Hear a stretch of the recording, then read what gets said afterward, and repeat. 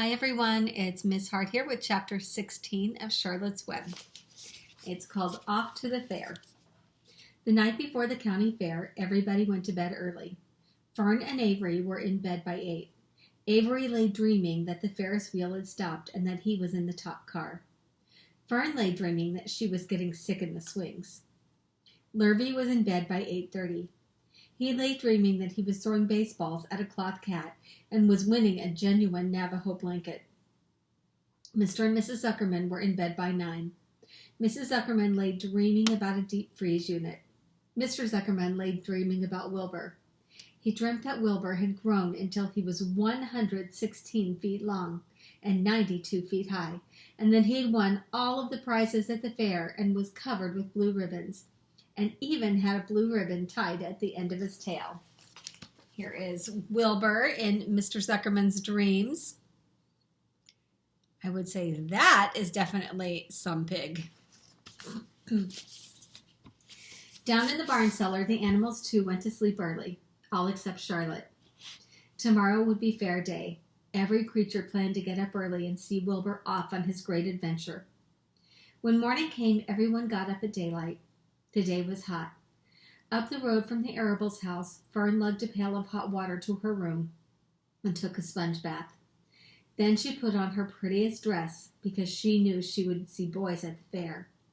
Mrs. Arable scrubbed the back of Avery's neck and wet his hair and parted it and brushed it down hard till it stuck to the top of his head. All that about 6 hairs that stood straight up. Avery put on clean underwear and clean blue jeans and a clean shirt. Mr. Arable dressed, ate breakfast, and then went out and polished his truck. He had offered to drive everybody to the fair, including Wilbur. Bright and early, Larry put clean straw in Wilbur's crate and lifted it into the pig pen. The crate was green. In gold letters it said, Zuckerman's Famous Pig. Charlotte had her web looking fine for the occasion. Wilbur ate his breakfast slowly. He tried to look radiant without getting food in his ears. In the kitchen, Mrs. Zuckerman suddenly made an announcement. Homer, she said to her husband, I'm going to give that pig a buttermilk bath. What? Asked Mr. Zuckerman. A buttermilk bath. My grandmother used to bathe her pig with buttermilk when he got dirty. I just remembered. Wilbur's not dirty, said Mr. Zuckerman proudly. He's filthy behind the ears, said Mrs. Zuckerman. Every time Lurvy slops him, the food runs down around his ears. Then it dries and forms a crust. He also has a smudge on one side where he lays in the manure. He lays in clean straw, corrected Mr. Zuckerman. Well, he's dirty and he's going to have a bath. Mr. Zuckerman sat down weakly and ate a donut. His wife went to the woodshed. When she returned, she wore rubber boots and an old raincoat, and she carried a bucket of buttermilk and a small wooden paddle. Edith, you're crazy, mumbled Zuckerman. But she paid no attention to him. Together they walked to the pig pen. Mrs. Zuckerman wasted no time. She climbed in with Wilbur and went to work. Dipping her paddle in the buttermilk, she rubbed him all over. The geese gathered around to see the fun, and so did the sheep and the lamb. Even Templeton poked his head out cautiously to watch Wilbur get a buttermilk bath. Charlotte got so interested that she lowered herself on a drag line so she could see better. Wilbur stood still and closed his eyes. He could feel the buttermilk trickling down his sides. He opened his mouth and some buttermilk ran in. It was delicious. He felt radiant and happy. When Mrs. Zuckerman got through and rubbed him dry, he was the cleanest, prettiest pig you ever saw. Whoops, there went my cover. We'll just take it off for now. There they are. I bet Wilbur loved his bath.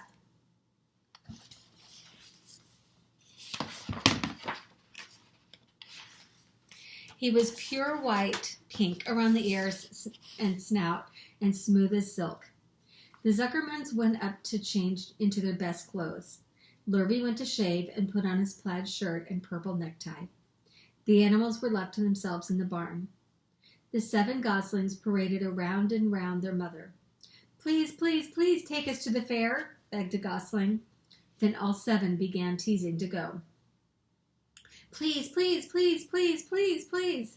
They made quite a racket. Children, snapped the goose. We're staying quietly home.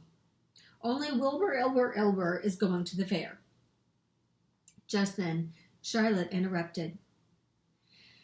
I shall go too, she said softly. I've decided to go with Wilbur. He may need me. We can't tell what may happen at the fairgrounds. Somebody's got to go along who knows how to write. And I think Templeton better come too. I might need somebody to run errands and do general work. I'm staying right here, grumbled the rat. I haven't the slightest interest in fairs. That's because you've never been to one, remarked the old sheep. A fair is a rat's paradise. Everybody spills food at the fair. A rat can creep out late at night and have a feast. In the horse barn, you'll find oats that the trotters and pacers have spilled. In the trampled grass of the infield, you'll find old discarded lunch boxes containing the foul remains of peanut butter sandwiches, hard-boiled eggs, cracker crumbs, bits of donuts, and particles of cheese. In the hard-packed dirt of Midway, after the glaring lights are out, you'll have all the people gone home to bed. You'll find a veritable treasure of popcorn fragments, frozen custard dribblings, candied apples, abandoned by tired children, sugar fluff crystals, salted almonds, popsicles, partially gnawed ice cream cones, and the wooden sticks of lollipops. Everywhere is loot for a rat. In tents, in booths, in haylofts. Why, a fair has enough disgusting leftover food to satisfy a whole army of rats. Templeton's eyes were blazing. Is this true? He asked. Is this appetizing yarn of yours true? I like high living, and what you say tempts me. It is true, said the old sheep. Go to the fair, Templeton. You will find that the conditions at a fair will surpass your wildest dreams. Buckets with sour mash sticking to them, tin cans containing particles of tuna fish, greasy paper bags stuffed with rotten... That's enough, cried Templeton. Don't tell me any more. I'm going. Good, said Charlotte, winking at the old sheep. Now then, there's no time to be lost. Wilbur will soon be put into the crate. Templeton and I must get in the crate right now and hide ourselves. The rat didn't waste a minute. He scampered over to the crate and crawled between the slats and pulled straw up over him so he was hidden from sight. All right, said Charlotte. I'm next. She sailed into the air, let out a drag line, then dropped gently to the ground. Then she climbed into the side of the crate and hid herself down inside a knothole in the top board. The old sheep nodded. What a cargo, she said. The sign ought to say Zuckerman's famous pig and 2 stowaways.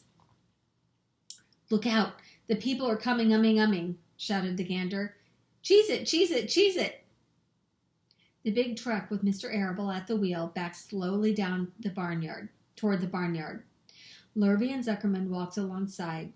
Fern and Avery were standing in the body of the truck, hanging onto the sideboards.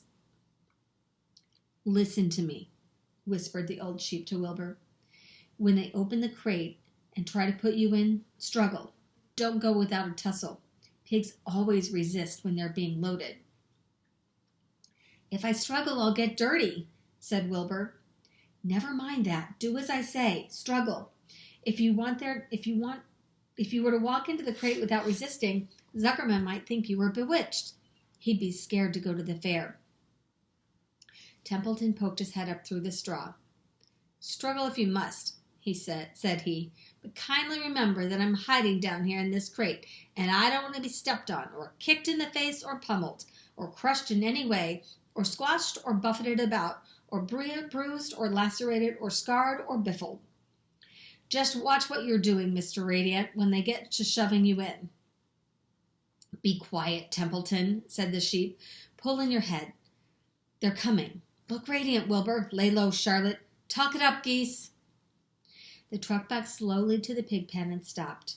Mr. Arable cut the motor, got out, walked around to the rear, and lowered the tailgate.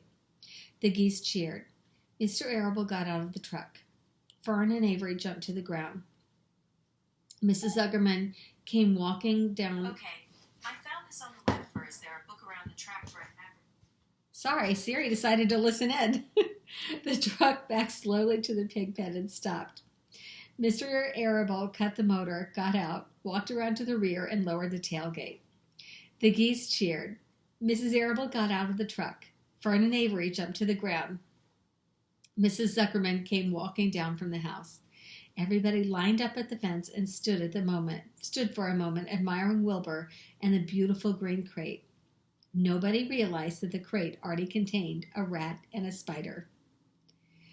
"That's some pig," said Mrs. Arable.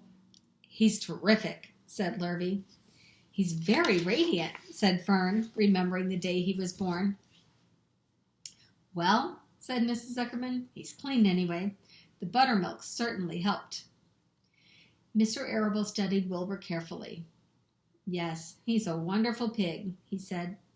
"It's hard to believe that he was the runt of the litter. You'll get some extra good ham and bacon, Homer, when it comes time to kill that pig." Wilbur heard these words, and his heart almost stopped. "I think I'm going to faint," he whispered to the old sheep who was watching. "Kneel down," whispered the old sheep. "Let the blood rush to your head." Wilbur sank to his knees, all radiance gone, his eyes closed. "Look!" screamed Fern. "He's fading away!" "Hey, watch me!" yelled Avery, crawling on all fours into the crate. "I'm a pig! I'm a pig!" Avery's foot touched Templeton under the straw. "What a mess," thought the rat. "What fantastic creatures boys are! Why did I let myself get in for this?" The geese saw Avery in the crate and cheered.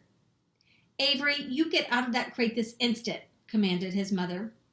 "What do you think you are?" "I'm a pig," cried Avery, tossing handfuls of straw into the air. "Oink, oink, oink."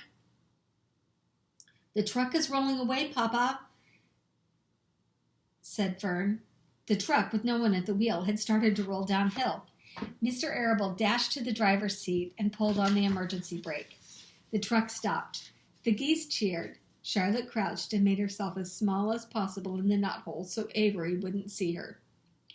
"Come out at once," cried Mrs. Arable. Avery crawled out of the crate on his hands and knees, making faces at Wilbur. Wilbur fainted away. "The pig has passed out," said Mrs. Zuckerman. "Throw water on him." "Throw buttermilk," suggested Avery. The geese cheered. Lurvy ran for a pail of water. Fern climbed into the pen and knelt by Wilbur's side. "It's sunstroke," said Zuckerman. "The heat is too much for him." "Maybe he's dead," said Avery. "Come out of that pig pen immediately," cried Mrs. Arable. Avery obeyed his mother and climbed into the back of the truck so he could see better. Lurvy returned with cold water and dashed it on Wilbur. "Throw some on me," cried Avery. "I'm hot too." "Oh, keep quiet," hollered Fern. "Keep quiet." Her eyes were brimming with tears. Wilbur felt the cold water come. Let me try that one again. Wilbur, feeling the cold water, came too. He rose slowly to his feet while the geese cheered. "He's up," said Mr. Arable. "I guess there's nothing wrong with him." There he is, having water thrown on him. "I'm hungry," said Avery. "I want a candied apple." "Wilbur's all right now," said Fern. "We can start. I want to take a ride in the Ferris wheel." Mr. Zuckerman and Mr. Arable and Lurvy grabbed the pig and pushed him headfirst toward the crate. Wilbur began to struggle. The harder the men pushed, the harder he held back. Avery jumped down and joined the men. Wilbur kicked and thrashed and grunted. "Nothing wrong with this pig," said Mr. Zuckerman, cheerfully pressing his knee against Wilbur's behind. "All together now, boys. Shove." With a final heave, they jammed him into the crate. The geese cheered. Lurvy nailed some boards across the end so Wilbur couldn't back out. Then, using all of their strength, the men picked up the crate and heaved it aboard the truck. They did not know that under the straw was a rat, and inside a knothole was a big gray spider. They only saw a pig. "Everybody in," called Mr. Arable. He started the motor. The ladies climbed in beside him, and Mr. Zuckerman and Lurvy and Fern and Avery rode him back, hanging onto the sideboards. The truck began to move ahead. The geese cheered. The children answered their cheer, and away everybody went to the fair. All right, that is the end of that. I'll see you later for Chapter 17.